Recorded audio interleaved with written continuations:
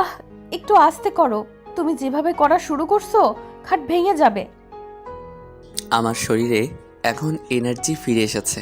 হাত কেন দরজা ভেঙে ফেলতে পারি? দরজা ভেঙে ফেললে থাকবে কোথায়? আর করবাও বা কোথায় বসে? জঙ্গলে বসে করব। কোনো সমস্যা আছে?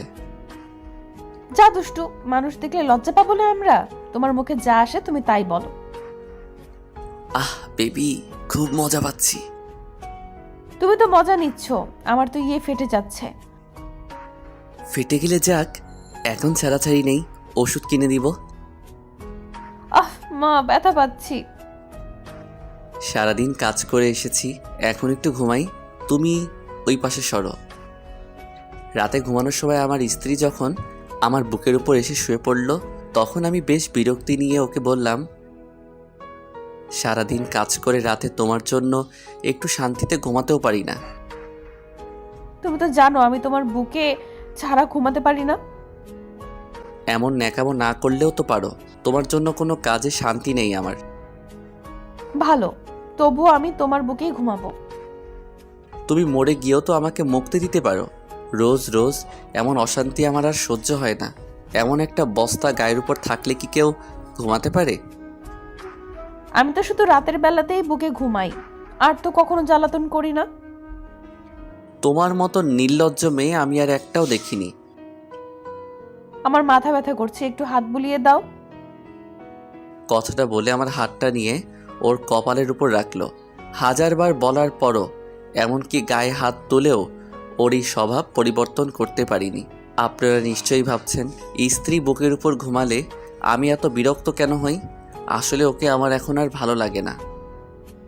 আমার অন্য একটা মেয়ের সাথে রিলেশন হচ্ছে, কিন্তু কিছুতেই মিতাকে বলতে পারি না। মিতা আমার স্ত্রীর নাম। এমন বেহায়া মেয়ে আমি খুব কম দেখেছি।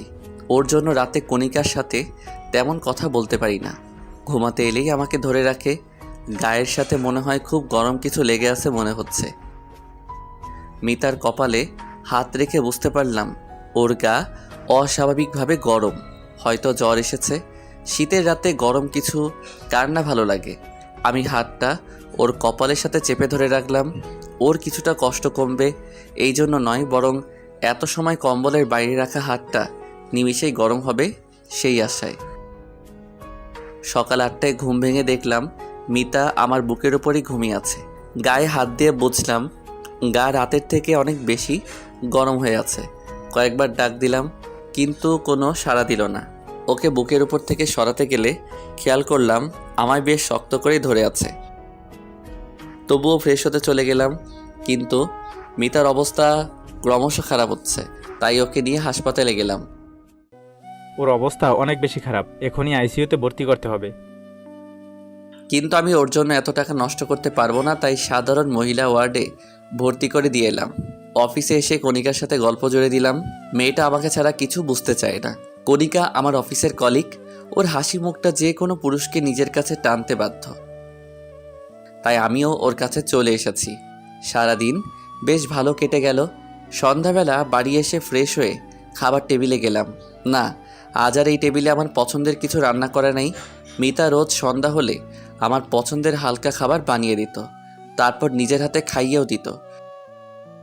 কণিকার সাথে রিলেশনে যাওয়ার পর একদিন বলেছিলাম, তোমার আমাকে খাইয়ে দিতে হবে না, নাকি বিষ মিশিয়ে এইভাবে খাওয়াতে আসো। তারপর থেকে আর কখনো খাইয়ে দিতে দেখিনি। রান্না করে টেবিলে গুছিয়ে রাখতো। আজ মিতা নেই, তাই কেউ কিছু বানিয়ে রাখিনি। খাটে গিয়ে শুয়ে কণিকার সাথে কথা বলতে লাগলাম, কিন্তু এখন ওর সাথে কথা বলতে ভালো লাগছে না। সারাদিন মিতার কোনো খোঁজ নেওয়া হয়নি। আচ্ছা, ওর কি জ্ঞান ফিরেছে, নাকি ও আর নেই? না না, আমি এসব কি ভাবছি? আরও মরে গেলেই তো আমার আর কণিকার জন্য ভালো হয়। কিন্তু মনকে কিছুতেই শান্ত করতে পারছি না। সাথে পেটও বুঝিয়ে দিচ্ছে তার খাবার চাই, কিন্তু এখন বাইরে যেতে ইচ্ছে করছে না। আনমনে বলে উঠলাম, মিতা, আজকে রাতে না খাইয়ে রাখবে নাকি? তুমি আসলেই কোনো কাজের না। দুপুরের টিফিনটাও দাওনি আজ। হঠাৎ খেয়াল আসলো মিতা হাসপাতালে ভর্তি। মেয়েটার আর কোনো খোঁজ কেন নিলাম না? সকালে একবার যেতে হবে হাসপাতালে, দেখি কেমন আছে। এখন ঘুমিয়ে পড়ি, কিন্তু শুয়ে কোনো শান্তি পাচ্ছি না। কিছুতেই ঘুম আসছে না। আজ মিতা নেই বলে কি এমন হচ্ছে? হয়তো বুকের উপর কেউ না থাকলে ঘুম আসবে না। অভ্যাসটা খারাপ হয়ে গেছে। রাত যত বাড়ছে মিতার কথা তত বেশি মনে পড়ছে, সাথে ক্ষুধাটাও বেড়ে চলছে। কিছু সময় এপাশ ওপাশ করলাম, কিন্তু ঘুমাতে পারলাম না। উঠে গিয়ে ফ্রিজ খুলে খাবার আছে কিনা দেখতে গেলাম। গিয়ে দেখলাম 2টা চিংড়ি মাছ আর কাল রাতের তরকারি রাখা, সাথে ভাতও আছে। খাবারগুলো নিয়ে টেবিলে খেতে বসলাম। হঠাৎ মনে হলো মিতা কাল রাতে খায়নি। আমি ওকে 4টা মাছ রান্না করতে দেখেছিলাম, ভালোই হয়েছে, এখন আমি খেতে পারবো। কিন্তু গলা দিয়ে নামছে না। আগে চিংড়ি মাছ রান্না হলে মিতা আমার পাশে এসে বসে থাকতো আর ম্যাও ম্যাও করে ডাকতো, মানে তাকে খাইয়ে দিতে হবে। চিংড়ি মাছ ওর সবথেকে পছন্দের খাবার। খাবারগুলো রেখে ঘরে চলে এলাম। হঠাৎ মনে হলো কেউ আমার বুকের উপর এসে শুয়ে পড়ছে, কিন্তু না, কেউ নেই। মিতাকে খুব দেখতে ইচ্ছে করছে। ফোনটা ব্যাক করলাম, কিন্তু এতে মিতার কোনো ছবি নেই। কণিকা সব ডিলিট করে দিয়েছিল। কিছু ভালো লাগছে না, তার বাইক নিয়ে হাসপাতালের দিকে রওনা দিলাম ওকে দেখে আসবো বলে। কিন্তু হাসপাতালে গিয়ে জানতে পারলাম এত রাতে মহিলা ওয়ার্ডে কোনো ছেলেকে ঢুকতে দিবে না। কিছু করার নেই বলে ডাক্তারের কাছে ওর খোঁজ নিতে গেলাম। সকালে যে মেয়েটাকে ভর্তি করানো হয়েছিল তার কি অবস্থা? ওনার অবস্থা খুব খারাপ, শরীর কোনো রেসপন্স করছে না, সেলাইনও টানতে পারছে না শরীর। আইসিইউতে না রাখলে যে কোনো সময়ে খারাপ কিছু হতে পারে। তাহলে আইসিইউতে রাখার ব্যবস্থা করুন। সরি স্যার, এখন আইসিইউতে কোনো সিট খালি নেই, আপনাকে অন্য কোথাও দেখতে হবে। একটি সিট খালি ছিল, যা বিকেলে বুক হয়ে গেছে। ডাক্তারকে কিছু না বলে চলে এলাম সেখান থেকে। শহরে আর কোনো ভালো হসপিটাল নেই। বাইরে নিতে গেলে এখন অনেক সময় লাগবে আর অনেক টাকা খরচ হবে। বাড়ি ফিরে চলে এলাম, কিন্তু বাড়ি ফিরলে মিতাকে বেশি মনে পড়তে থাকলো।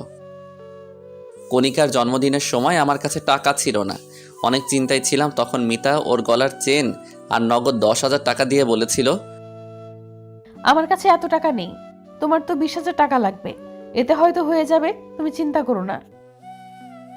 ওর দিকে এক পলক তাকিয়েছিলাম। ও মুচকি হেসে বলেছিল, তুমি চিন্তায় থাকলে আমার কষ্ট হয় অনেক, আমার এগুলো লাগবে না, তুমি নিয়ে নাও। চেনটা ওর মায়ের দেওয়া বলে ওটা আর বিক্রি করিনি, কণিকাকে দিয়ে দিয়েছিলাম। চোখের কোণে মনে হলো পানি জমে যাচ্ছে। আজ অনেক দিন পর মিতার সাথে কাটানো সকল মুহূর্ত মনে পড়ছে। আমাদের ভালোবাসার তো কোনো কমতি ছিল না, তাহলে কেন এত দূরত্ব তৈরি হলো আমাদের ভিতর? মিতা আমাকে নিজের সবটা দিয়ে আগলে রেখেছিল, তাহলে আমি কেন মিতাকে কষ্ট দিলাম? অফিস থেকে ফিরতে মিতা আমাকে রোজ জড়িয়ে ধরতো। একদিন ওকে বললাম, ছেলেদের শরীর লাগলে ব্যবসা করো, কিন্তু আমাকে এত বিরক্ত করবে না। সেদিনের পর থেকে মিতা আর আমাকে জড়িয়ে ধরতো না। শুধু রাতে আমার বুকে ঘুমানোটাই পরিবর্তন করতে পারিনি কোনো কিছু বলে। ওর নাকি আমার বুকে না ঘুমালে ঘুম আসে না। আমিও ওকে একসময় বলতাম, তুমি আমার বুকে না ঘুমালে আমার ঘুম আসে না। আজ বুঝতে পারছি কথাটা আমি মিথ্যা বলতাম না। রাত 3টা বেজে গেল, এখন আমি ঘুমাতে পারিনি। সকাল হতেই হাসপাতালে চলে এলাম। আজ মিতাকে আইসিইউতে রাখবো, এখানে না হলেও অন্য কোথাও। মিতাকে ছাড়া আমি এক রাতও থাকতে পারি না। আমার সব করা কাজের জন্য মাফ চাইব, আর কষ্ট দিব না ওকে। হাসপাতালে গিয়ে জানতে পারলাম কাল রাতে একটা মেয়ে মারা গেছে। না, এটা মিতা হতে পারে না। মিতা আমাকে কথা দিয়েছিল আমাকে রেখে যাবে না, আমাকে ছাড়াও থাকতে পারে না। মিতা নিশ্চয়ই ওর কথা রাখবে, কিন্তু আমাকে ভুল প্রমাণ করে দিল। মিতার প্রাণহীন দেহটা কেমন নিষ্পাপভাবে ঘুমিয়ে আছে। খুব শক্ত করে ওকে জড়িয়ে ধরলাম। শেষ কবে ওকে জড়িয়ে ধরেছি মনে নেই। ওর মুখের কাছে মুখ নিয়ে বলতে লাগলাম, তুমি বলতে না তুমি আমাকে ছাড়া থাকতে পারো না, তাহলে আজ থেকে কি করে থাকবে? জানো, কাল রাতে আমি তোমাকে ছাড়া ঘুমাতে পারিনি। গায়ের উপর এই বস্তাটা না থাকলে আমার ঘুম আসে না। কে আমাকে রোজ পছন্দের খাবার রান্না করে দিবে বলো? কে আমাকে এতটা আগলে রাখবে? আমি তোমাকে আর কষ্ট দিব না। এই দেখো, তোমাকে জড়িয়ে ধরে কথা দিচ্ছি, আমি আর কথার খেলাপ করব না। তুমি জানো কাল রাতে আমি তোমাকে ছাড়া কেমন ছিলাম? ভাতও খেতে পারিনি। তুমি আমাকে নিজের হাতে খাইয়ে দিবে না? এবার আর বলবো না তুমি বিষ মিশিয়ে মেরে ফেলতে চাও। বলো না প্লিজ, আমার খুব ক্ষুধা লেগেছে, কাল রাতে খাইনি জানো। তোমার কলিজা না খেয়ে আসে আর তুমি নিশ্চিতভাবে কি করে ঘুমিয়ে আছো? আগে প্রতি রাতে আমার বুক ওর চোখের পানিতে ভিজে যেত। আমি যেমন কিছু বলতাম না, ওর চোখ মুছিয়ে দিতাম না। আজ আমার চোখের পানিতে ওর বুক ভিজে যাচ্ছে, কিন্তু ও চুপ করে ঘুমিয়ে আছে। সত্যি কি আমি ওকে আর ফিরে পাবো না? কিছু মানুষ আছে এমন, থাকতে মূল্য দেয় না। কেমন লাগলো গল্পটি? যদি ভালো লেগে থাকে লাইক কমেন্ট শেয়ার করতে ভুলবেন না, আর সাবস্ক্রাইব তো মাস্ট। ধন্যবাদ সবাইকে আমাদের পাশে থাকার জন্য। আল্লাহ হাফেজ।